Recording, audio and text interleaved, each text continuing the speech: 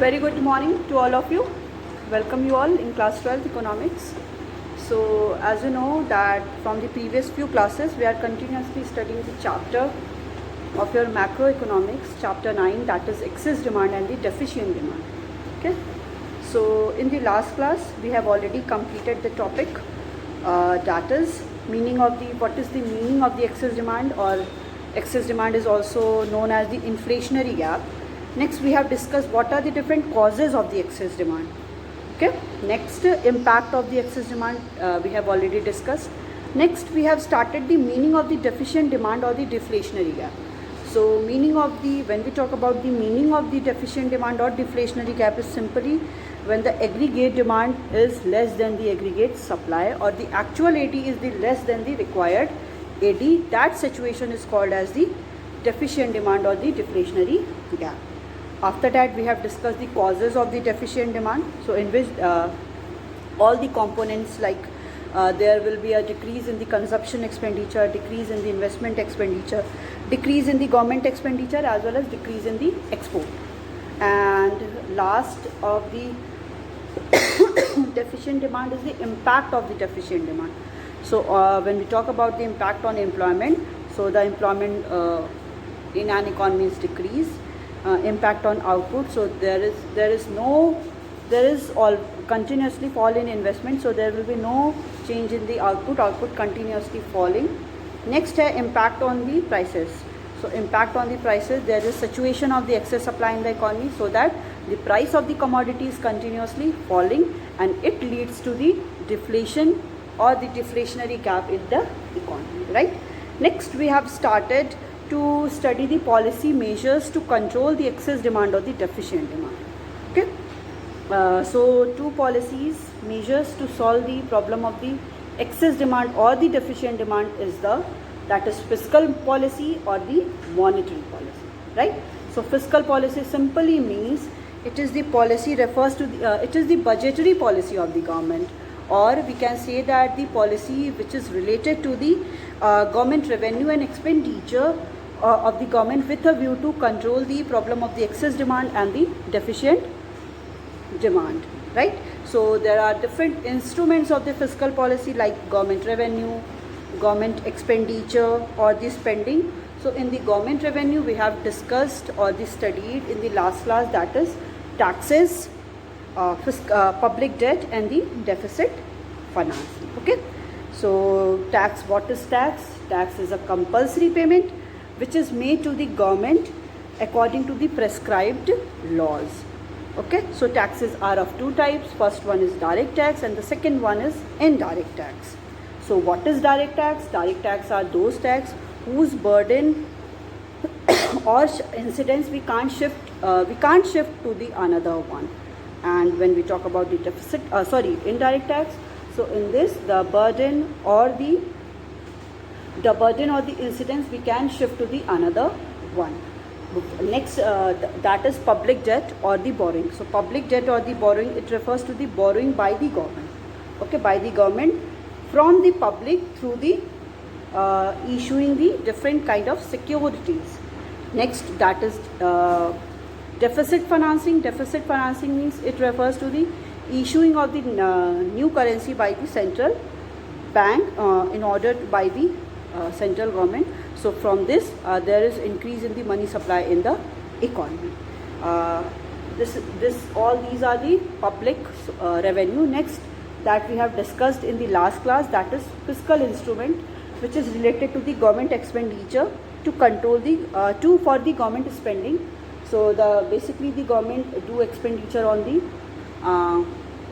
public work programs, defense of the country, maintenance of the law and order, as well as they also provide the different kind of subsidies to the producer for the so that they can encourage the more and more producers, and they can produce more of the commodity. So public work programs like construction of the schools, hospitals, health facilities. So these facilities are also provided by the government of any country, whether they are central government or the state government. Till here we have already discussed in the last class. In today's class we are going to discuss about what are the different fiscal measures to correct the excess demand.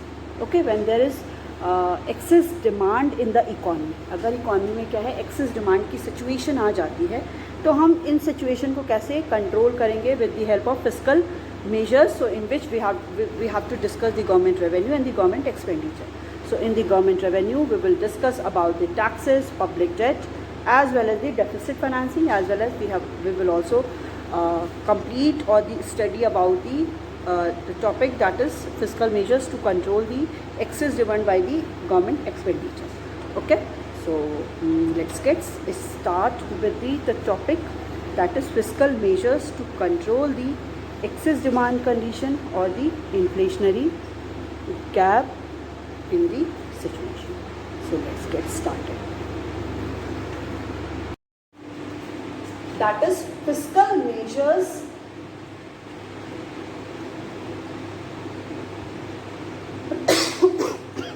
to correct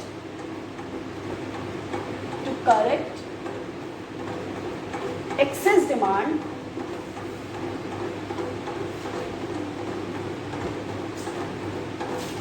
or inflationary gap.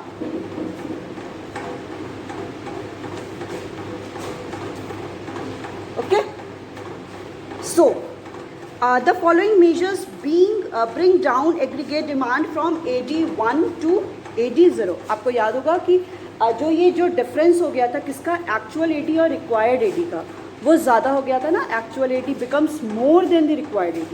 हमें जितने AD की aggregate demand की requirement है उससे ज़्यादा क्या हो गया था, एक्चुअल AD हो गया था. तो अब ये सारे जो भी फिस्कल मेजर्स हम लोग अडॉप्ट करेंगे, इनके थ्रू जो भी ये गैप होता जा रहा है ना एक्चुअल AD और रिक्वायर्ड AD का, उनको हमें क्या करना है, कम करना है. ठीक है, तो पहले एक डायग्राम देखते हैं इसका. इधर होता है आपका एक्स एक्सिस पे इनकम, आउटपुट एंड एम्प्लॉयमेंट.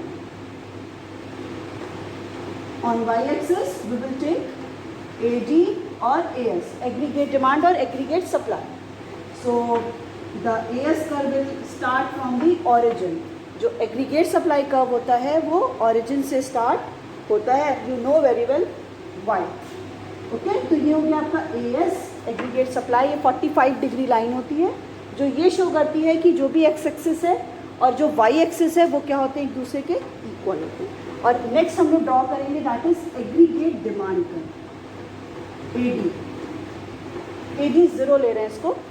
ठीक है, अब ये क्या है, ये जो कर्व है it always it never ever start from the origin. ये कभी भी एग्रीगेट डिमांड कर्व ऑरिजिन से स्टार्ट नहीं होता है. क्यों नहीं होता है? ओनली बिकॉज कि our consumption can never ever be zero. हमारा जो कंजप्शन है वो कभी भी ज़ीरो नहीं हो सकता है. जैसे एज अ स्टूडेंट आप लोग क्या हो, आप लोग की कोई अर्निंग हो रही है, कुछ भी इनकम नहीं है, ज़ीरो इनकम है, तो क्या आप लोग क्या रोज़ के फूड बिल्स है, अपना जो भी एक्सपेंडिचर है वो नहीं कर रहे हो? सब कर रहे हो. क्यों? क्योंकि ये इसी को हम लोग बोलते हैं ऑटोनॉमस कंजप्शन. जहाँ हमारी इनकम ज़ीरो होती है तो भी हम कुछ ना कुछ क्या करते हैं, कंज्यूम करते हैं. ठीक है, तो यहाँ पे हो गया आपका AD 0. अब ये कह रहा है कि जो ये कर्व है एक्चुअल और रिक्वायर्ड के बीच का, तो एक्चुअल क्या हो गया है, वो रिक्वायर्ड से ज़्यादा हो गया बिकॉज डिमांड हमारी क्या हो गई है, वो बढ़ गई है. Demand of the commodity AD1. ठीक है, फुल एम्प्लॉयमेंट की सिचुएशन हम लोग इक्विलिब्रियम की सिचुएशन हम लोग दोनों कहेंगे.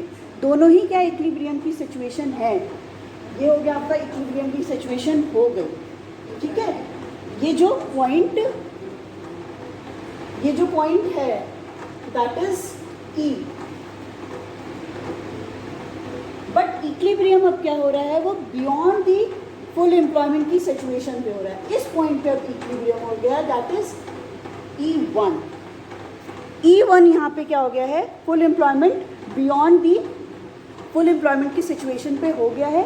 ये जो गैप है यही गैप बताता है ओवर फुल एम्प्लॉयमेंट. मतलब जितना एम्प्लॉयमेंट की ज़रूरत थी उससे ज़्यादा लोग क्या हो रहे हैं, एम्प्लॉयड हो रहे हैं.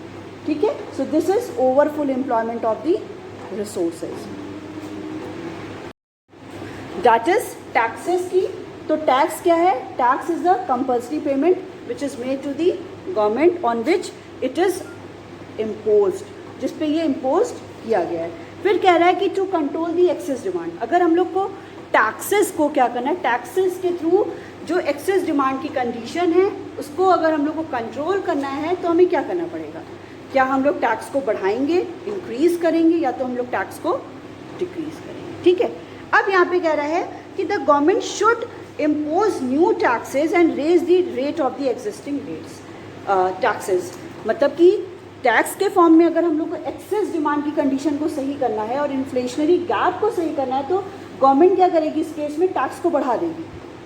टैक्स को अगर बढ़ा देगी तो इससे क्या होगा? जो भी डिस्पोजेबल इनकम है, डिस्पोजेबल इनकम मतलब जो हमारे हाथ में कैश इन हैंड आती है, जैसे आपकी अगर 50,000 हमारी सैलरी है, ठीक है, 50,000 में अगर टैक्स हम लोग उसमें 5,000 टैक्स पे करें, बचा कितना? 45,000। ये 45,000 आपका क्या होता है? डिस्पोजेबल इनकम होती है। तो जैसे ही टैक्स रेट अगर 5% लग रहा था, 50,000 पे 5% हम लोग दे रहे थे, ठीक है, अब 50,000 पे अगर हम लोग 10% के अकॉर्डिंग टैक्स देंगे तो उससे क्या होगा? ये जो हमारे पास जो डिस्पोजेबल इनकम आएगी वो कम हो जाएगी ना। हमें तो यहाँ पे बेसिकली जो कैश इन हैंड है वो कम करना है। कम क्यों करना है? बिकॉज डिमांड बहुत ज़्यादा हो गई है, और डिमांड ज़्यादा क्यों हो गई है? ओनली बिकॉज पीपल के पास बहुत ज़्यादा पैसे हैं, पैसे बहुत ज़्यादा हैं, इसलिए वो डिमांड कर रहे हैं। जब उनके पास पैसे कम रहेंगे तो उनकी ऑटोमेटिकली क्या हो जाएगी? डिमांड भी कम हो जाएगी। तो इस केस में गवर्नमेंट क्या करती है? टैक्सेस के फॉर्म में government increases the tax rate, tax rate को वो इंक्रीज कर देती है और इम्पोज न्यू टैक्स। कभी कभी आप लोग सुनते होंगे कि गवर्नमेंट क्या है और भी अलग अलग टैक्सेस को इम्पोज कर रही है। क्यों कर रही है? क्योंकि यहाँ पे गवर्नमेंट को क्या करना है? जो लोगों की एक्सेस डिमांड हो रही है, डिमांड को यहाँ पे उनकी कम करनी है। इस केस में गवर्नमेंट क्या करती है? टैक्स रेट को बढ़ा देगी और नए नए टैक्स को इम्पोज कर देगी। फिर कह रहा है कि the government should impose new taxes and raise the rate of the existing taxes, जो भी एग्जिस्टिंग टैक्सेस हैं उनके रेट को इंक्रीज कर देगी। So it will reduce the disposable income. इससे क्या होगा जी? जो भी डिस्पोजेबल इनकम है, डिस्पोजेबल इनकम मतलब जो भी हमारी टोटल इनकम है उनमें से हम जो भी टैक्स को रिडक्शन कर देते हैं, टैक्स को जितना भी पे करना है उसके बाद जो हमारे पास इनकम बचती है वो होती है आपकी डिस्पोजेबल इनकम। ठीक है, तो इससे क्या होगा? डिस्पोजेबल इनकम भी कम हो जाएगी ना। पहले 50,000 पे 5% दे रहे थे, अब 50,000 पे हम लोग 10% दे रहे हैं, तो ज़्यादा पैसा हमारे पास से चला जा रहा है, तो हमारे पास पैसा कम बचेगा तो डिमांड भी हमारी कम हो जाएगी। So consumption by household sector and investment by the producer sector will also fall. कि जो भी कंजप्शन है, कौन करता है कंजप्शन? House hold sector. जैसे हम लोग क्या करते हैं? कंजप्शन करते हैं ना, तो हमारे पास पैसा कम होगा, cash in hand, cash at bank, तो इससे क्या होगा कि हमारा जो भी हम लोग एक्सपेंडिचर कर रहे हैं कंजप्शन पे वो कम हो जाएगा। वही इन्वेस्टर्स जो हैं, प्रोड्यूसर्स जो हैं, उनका जो टैक्स पे करते हैं वो टैक्स को भी कंटिन्यूसली इंक्रीज़ कर दिया जा रहा है। तो उससे क्या होता है कि जो भी उनको पेमेंट करना है, उनके पास पैसा कम बचेगा, then they will also reduce the expenditure on the investment. ठीक, सो इससे क्या होगा कि जो हमारा ये सिचुएशन हो गया था कि जो AD1 दैट इज़ एक्चुअल जो हमारा ऊपर चला गया था, जैसे ही हमारी डिमांड क्या होगी? डिमांड हमारी कम होगी। डिमांड कम क्यों होगी? क्योंकि हमारे पास इनकम ही नहीं है, हम कोई कमोडिटी परचेज ही नहीं कर सकते। तो जो पॉइंट ऑफ E1 पे हम चले गए थे, then we will again reach to the point E। जैसे हम E पे आ जाएंगे देन फिर हम लोग फुल एम्प्लॉयमेंट की सिचुएशन पे आ जाएंगे, जहाँ पे एग्रीगेट डिमांड एग्रीगेट सप्लाई को इंटरसेक्ट करता है। ठीक, तो ये होता है सिचुएशन, कैसे हम लोग गवर्नमेंट फिस्कल मेजर्स के थ्रू, टैक्सेस के थ्रू हम लोग कैसे ये AD और AS का जो ये डिसइक्विलिब्रियम हो रहा था उसको हम लोग कैसे कंट्रोल करेंगे? टैक्स के थ्रू। फिर से एक बार सुन लीजिए, टैक्स के थ्रू करेंगे कि जो भी टैक्स रेट है, टैक्स रेट जैसे इनकम टैक्स हो गया, डायरेक्ट टैक्स में income tax, corporate tax, GST, ये सारे टैक्स को क्या करते हैं? टैक्स को बढ़ा दिया जाएगा। आप अपने को लेके सोचिए कि अगर आपको आपकी इनकम 80,000 हो रही है, पहले आप लोग इस पर 5% के अकॉर्डिंग टैक्स पे करते थे। ठीक है, तो आपको इतना जो भी पैसा निकल गया उसके बाद बाकी जो बचा आप लोग बहुत ज़्यादा एक्सपेंडिचर कर रहे हो, अपनी सारी लग्जरीज़ को परचेज़ कर रहे हो, नेसेसिटीज़ गुड्स को कर रहे हो, जो भी आपको सेटिस्फेक्शन दे रहा है वो सारी कमोडिटीज़ को यू आर परचेजिंग। बट जैसे ही 80,000 पे आपका टैक्स क्या है वो 10% हो गया, तो अब आपको पहले के कंपैरेटिवली टैक्स को ज़्यादा पे करना पड़ा है। अब आपके पास पैसा कम हो गया, जब हमारे पास पैसा कम हो जाएगा तो हम लोग बहुत सारी चीज़ों को कहेंगे ना, नहीं अभी नहीं खरीदते क्योंकि पैसा भी बहुत कम हो गया है, हम उनको नहीं खरीद पाएंगे। क्यों? क्योंकि अब बहुत ज़्यादा टैक्स पे करना पड़ रहा है। इन रियल लाइफ हम लोग घर में सुनते हैं ना कि ये सारी चीज़ें ऐसी होती कि पापा मम्मी अरे नहीं इस बार बहुत एक्सपेंडिचर हो गया, इस बार इसमें हम लोग कुछ कम करेंगे क्योंकि इस बार बहुत टैक्स पे करना पड़ रहा है। ठीक है, उसकी वजह से क्या होगा, उसकी वजह से बेसिकली जो डिमांड है हमारी क्या है, डिमांड क्या हो जाएगी, कम हो जाएगी। डिमांड कम क्यों होगी? क्योंकि हमारे पास इनकम नहीं है, इनकम नहीं तो डिमांड हमारी कम हो जाएगी। तो जो पॉइंट ऑफ E1 पे हम पहुंच गए थे, then again we will shift to the point E, जहाँ पे ये सिचुएशन हो जाएगी कि AD is equal to the ES।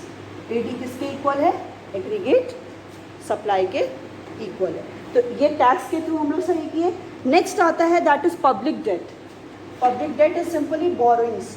Borrowings मतलब कि जब भी गवर्नमेंट क्या करती है, उसको फंड की ज़रूरत होती है, they can different selling the securities. वो सिक्योरिटीज़ को के साथ मैनिपुलेशन करती है सिक्योरिटीज़, क्योंकि इसको फंड की ज़रूरत है। और किसके through? With the general public हो गया या कमर्शियल बैंक्स हो गए, उनके साथ ये सिक्योरिटीज़ को सेल एंड परचेज करना होता है। ठीक है, तो public debt is refers to the borrowing by the government. Government क्या करती है, इसको बोरो करती है बाय इशूइंग सर्टेन सिक्योरिटीज़ को इशू करके। So to control the excess demand, अगर एक्सेस डिमांड को कंट्रोल करना है तो government should increase the public debt. Government फिर से देखिए क्या कर रही है, पब्लिक डेट को इंक्रीज कर रही है। मतलब अब गवर्नमेंट फिर अब पब्लिक जो जनरल पब्लिक है उनसे ज़्यादा बोरो कर रही है। कैसी कर रही है? फॉर एग्जांपल मेरे पास बहुत सारे शेयर्स हैं, ठीक है, मैंने बहुत सारे लैक्स और करोड़ के शेयर्स रखे हुए हैं। अब गवर्नमेंट क्या करती है, उसमें एक आपको ग्रीड बनाएगी कि अब आप अगर इसको सोल्ड करोगे तो आपको 5% 6% के अकॉर्डिंग इंटरेस्ट भी मिलेगा। तब हम लोग क्या करेंगे, जल्दी जल्दी अपने शेयर्स को सोल्ड करेंगे, है ना। शेयर्स को सोल्ड करेंगे तो गवर्नमेंट के पास क्या है, गवर्नमेंट उन चीज़ों को अगर वो परचेज़ कर लेगी तो मेरे पास जो फंड रहा, पैसा रहा, वो तो मेरे हाथ से चला गया, है ना। और गवर्नमेंट को करना क्या है यहाँ पे, गवर्नमेंट को जो भी जनरल पब्लिक के पास पैसा है उसको वहाँ से विथड्रॉ करना है। क्योंकि अगर हमारे पास पैसा रहेगा तो हम ऑब्वियसली कहीं ना कहीं उसको एक्सपेंडिचर करेंगे ही करेंगे। तो यहाँ पे मेन रोल जिसका हो जाता है वो गवर्नमेंट का है। गवर्नमेंट यहाँ पे क्या करेगी, गवर्नमेंट बेसिकली इंक्रीज़ कर देगी किसको, बोरोइंग्स को और पब्लिक डेट को। जो भी पब्लिक डेट है और बोरोइंग्स है उसको वो इंक्रीज़ कर देगी, जिससे क्या होगा, हम लोग के पास जो भी डिस्पोजेबल इनकम है, इनकम जो हमारे पास बची वो क्या हो जाएगी, कम हो जाएगी। जैसी इनकम कम हो जाएगी तो जो भी कंजप्शन पे हाउस होल्ड सेक्टर एक्सपेंडिचर कर रहा था, इन्वेस्टमेंट पे प्रोड्यूसर सेक्टर कर रहा था, वो भी फॉल कर जाएगा। और जो हम लोग AD1 पॉइंट पे पहुंच गए थे, इस वाले पॉइंट पे पहुंच गए थे, again we will move to this point of equilibrium. ठीक है, तो इस पब्लिक डेट के केस में भी पब्लिक डेट और एक्सपेंडिचर को और दी बोरोइंग्स को, सॉरी और बोरोइंग्स को गवर्नमेंट क्या कर देगी, इंक्रीज कर देगी। ठीक है, नेक्स्ट आता है that is deficit financing. Deficit financing का सिंपली मतलब है कि जो भी सेंट्रल बैंक होती है, मतलब सेंट्रल गवर्नमेंट वो किसको कहती है, वो सेंट्रल बैंक को कहती है कि आप न्यू करेंसीज को इशू करो, बिकॉज उसे फंड की ज़रूरत है। ठीक है, तो वो फंड की इसको ज़रूरत है तो वो कहाँ से करेगी, या तो बोरो करेगी या तो वो सेंट्रल बैंक को कह देती है कि आप और करेंसी को इशू करो। तो डेफिसिट फाइनेंसिंग क्या होता है, issuing of the new currency. फिर इसमें कह रहा है कि अब इस केस में अगर कंट्रोल करना है एक्सेस डिमांड के केस में, तो डेफिसिट फाइनेंसिंग के साथ क्या होगा, क्या किया जाएगा। तो कह रहा है कि government should reduce deficit financing. इस केस में गवर्नमेंट रिड्यूस कर देगी किसको, डेफिसिट फाइनेंसिंग को।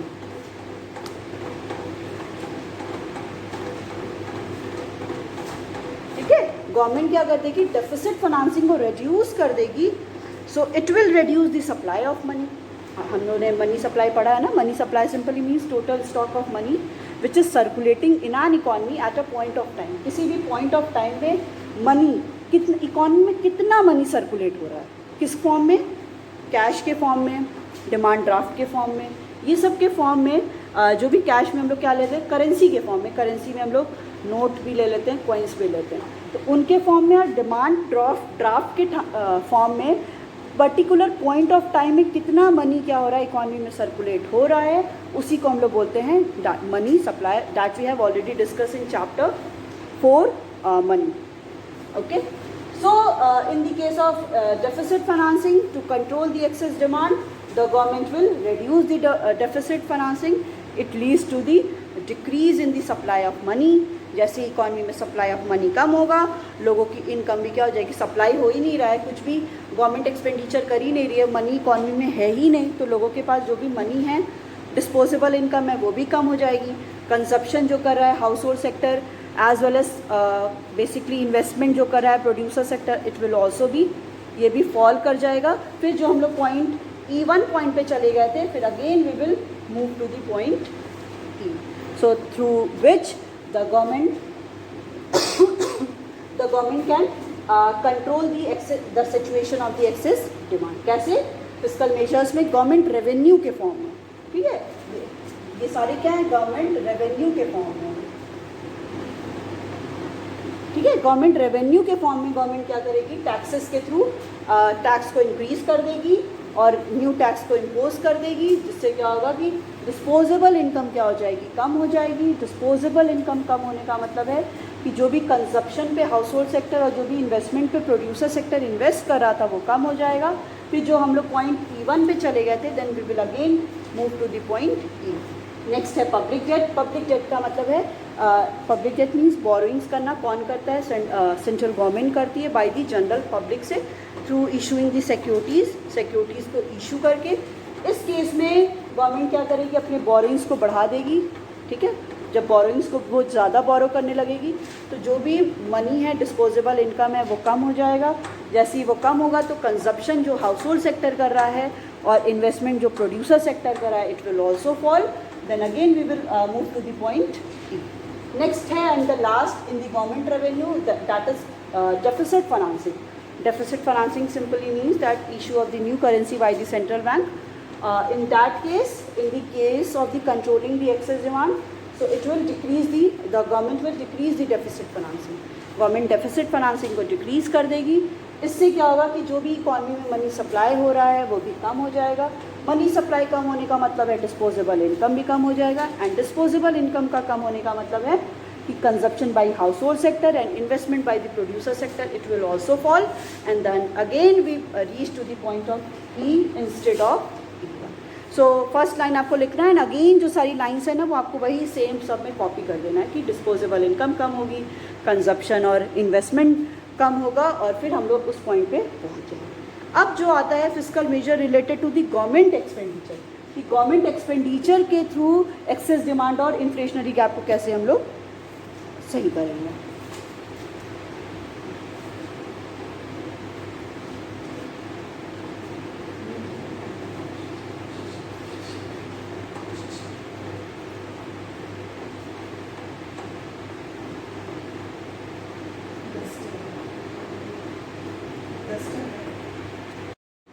Inflationary gap related to the government expenditure, related to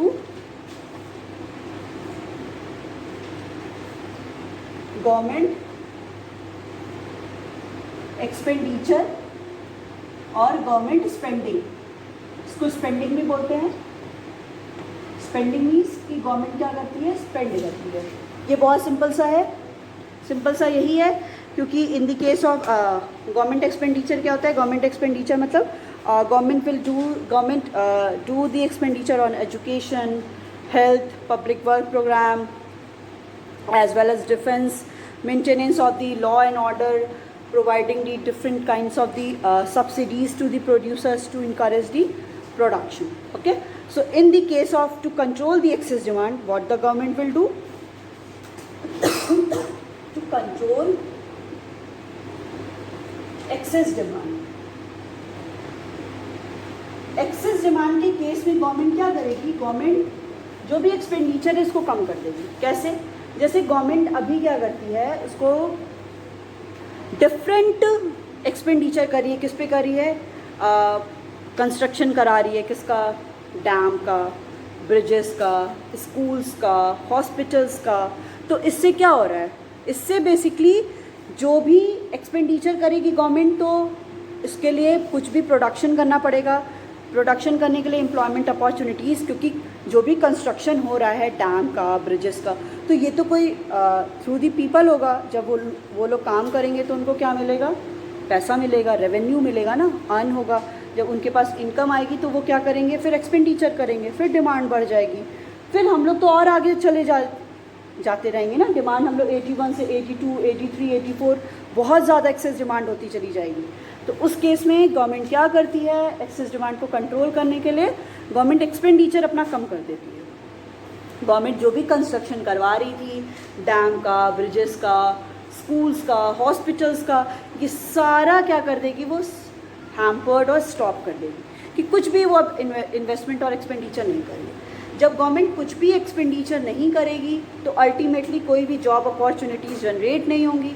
जैसे ही कोई जॉब अपॉर्चुनिटीज़ जनरेट नहीं होंगी तो पीपल के पास कोई भी मनी नहीं होगा, इनकम नहीं होगा। जब पीपल के पास कोई मनी और इनकम नहीं होगा तो वो कमोडिटी की डिमांड नहीं कर पाएंगे, क्योंकि कुछ भी डिमांड करने के लिए हमारे पास पैसा होना चाहिए ना। ऐसा तो है नहीं कि बिना पैसे के हम लोग कुछ भी कर सकते हैं, तो पैसा तो हमें चाहिए ही चाहिए। उस केस में क्या है कि गवर्नमेंट का क्या है, कंटिन्यूसली अगर ये करेगी, इनकम नहीं होगी तो लोगों के पास, लोग डिमांड नहीं करेंगे तो जो हम लोग इवन पॉइंट पे पहुंच गए थे in the case of excess demand, again we will move to the point E. यही होता है गवर्नमेंट को गवर्नमेंट एक्सपेंडिचर के फॉर्म में गवर्नमेंट कैसे कंट्रोल करती है। ठीक है, तो इसमें देख लीजिए, the government should reduce its expenditure on non developmental and unproductive work. मतलब गवर्नमेंट क्या है, अपने expenditure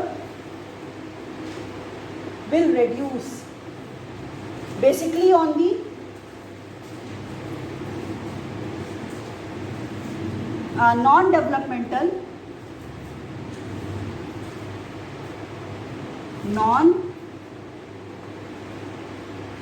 non-developmental or unproductive work,